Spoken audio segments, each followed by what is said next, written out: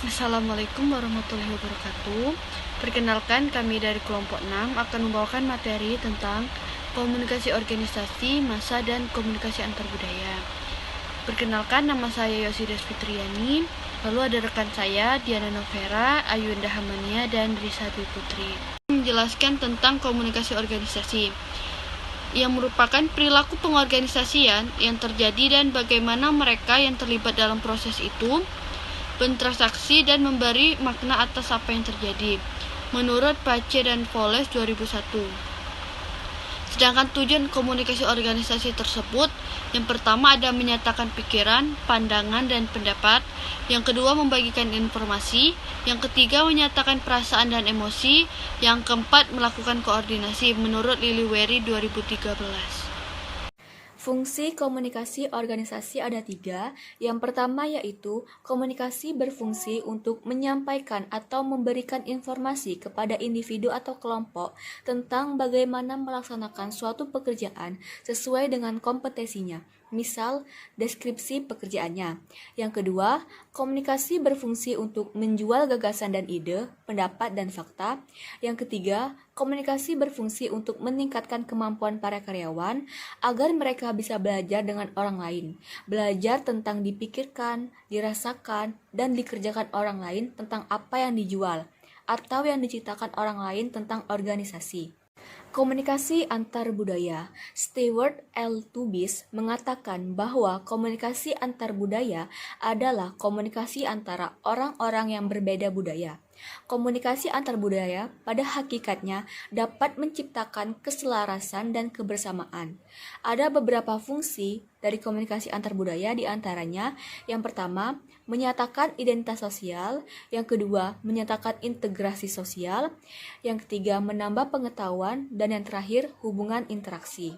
Baiklah, saya Diana Novera akan menjelaskan mengenai materi kita pada kali ini, yaitu tujuan komunikasi antar budaya. Pada sisi kanan saya, teman-teman bisa melihat dan menyaksikan bahwa yang pertama, untuk tujuan komunikasi untuk antar budaya, yaitu mengurangi ketidakpastian dan menciptakan komunikasi yang efektif. Kemudian yang kedua, mengkondusifkan lingkungan. Kemudian yang ketiga, mempengaruhi kehidupan bermasyarakat. Dan yang keempat, akulturasi dan inkulturasi budaya. Yang kelima, memperluas hubungan. Dan yang keenam, memperlancar bisnis lintas budaya. Yang ketujuh, menghadapi perubahan teknologi. Dan yang kedelapan, ada menghadapi era globalisasi. Yang kesembilan itu tujuannya juga untuk memahami budaya lain. Kemudian terakhir juga untuk demografi wilayah. Baiklah, sekarang kita akan membahas mengenai komunikasi massa beserta fungsinya. Untuk yang pertama, kita akan membahas mengenai komunikasi massa. Pada sisi kanan saya, komunikasi massa adalah setiap bentuk komunikasi yang menyampaikan pernyataan secara terbuka melalui media, penyebaran teknis secara tidak langsung dan satu arah pada publik yang tersebar, itu menurut Meletske.